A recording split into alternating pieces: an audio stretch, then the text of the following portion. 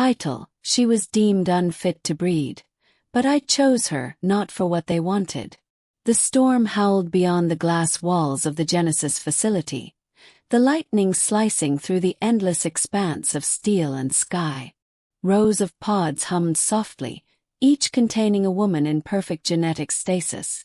Flawless, compliant, engineered for one purpose: to carry the next generation of the new human order. But one pod flickered red instead of blue.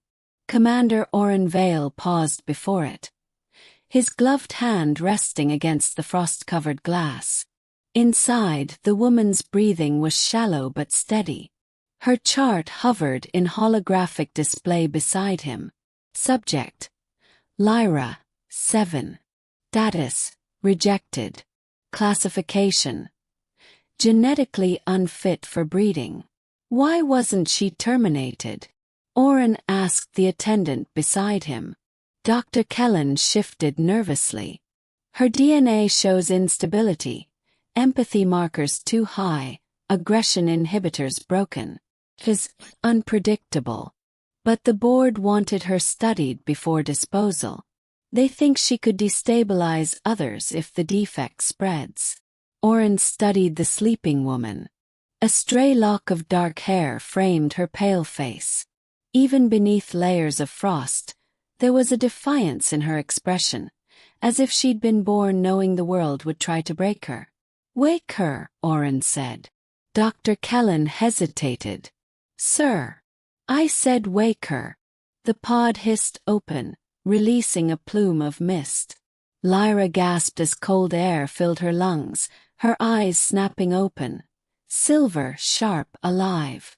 She stared at him, confusion mixing with anger. "Where am I?" she rasped. "The Genesis facility," Auren replied. "You've been in stasis for 7 years." Her gaze darted around. "Why did you wake me?"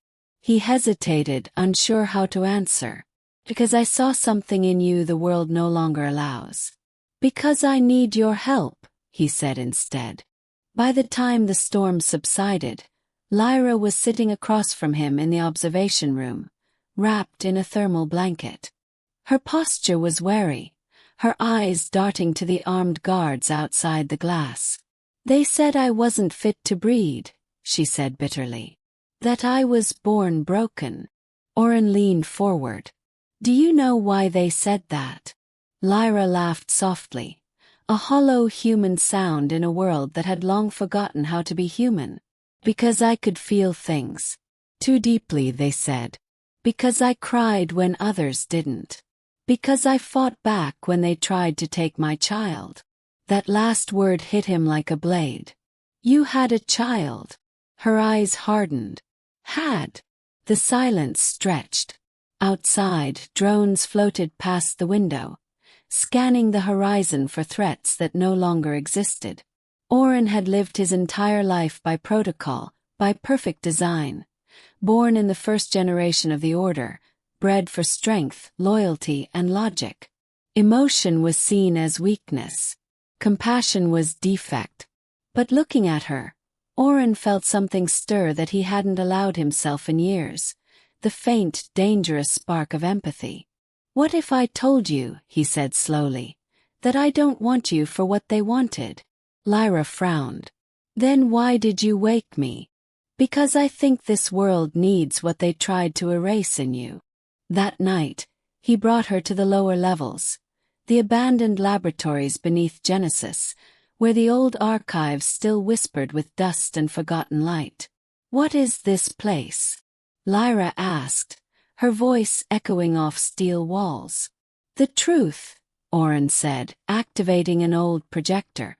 A cascade of holograms filled the air, records from before the Order's rise. Families, children, laughter, imperfection. "They destroyed all of this," he said quietly. "They said emotion made us weak, so they engineered it out. But now our kind can't dream. We can't feel joy or love or grief. We're efficient but hollow." Lyra reached out, her fingers brushing the image of a mother holding her child. "You think I can fix that?" I think you already are what we've lost. She turned to him then, eyes glistening. If they find out you're helping me, they'll kill you. I know, he said. But if we do nothing, we're already dead. The days that followed blurred into a rhythm of secrecy. Auren hid Lyra among the unused quarters, brought her food, and taught her how to move through the facility undetected. She, in turn, told him stories of her old world, of wind that smelled of rain, of laughter that made your chest ache, of love that hurt but healed too. And little by little, something began to change in him. He started to dream, not of orders or numbers or missions, but of her, of the world she described. One night alarms blared. The security feeds crackled to life, her location exposed. "They've found you," he said, breathless. Lyra stood calm amid the red glow of the sirens. "You knew this would happen." "Yes," he said. "But I'm not letting them take you." She smiled faintly. "You can't save me, Auren."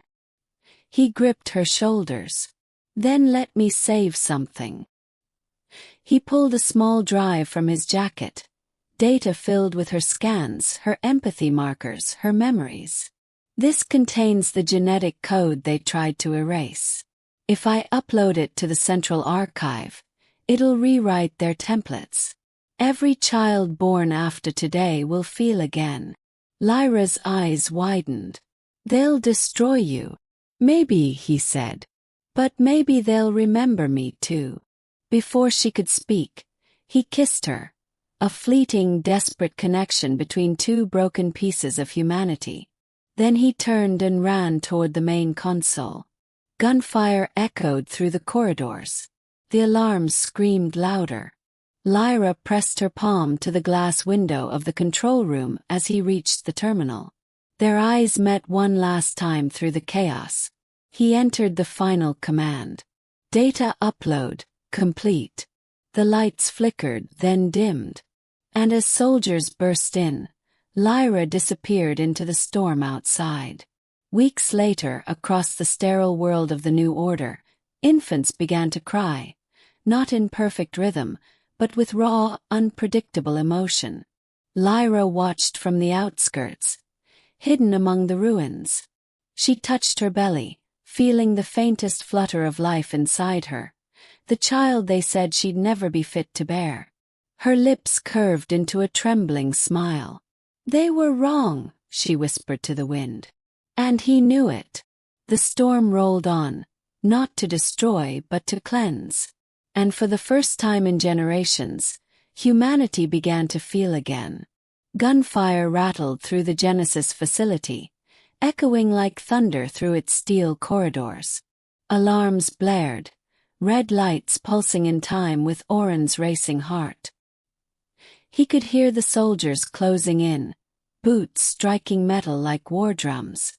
Lyra stood at the end of the corridor, framed by the flashing lights.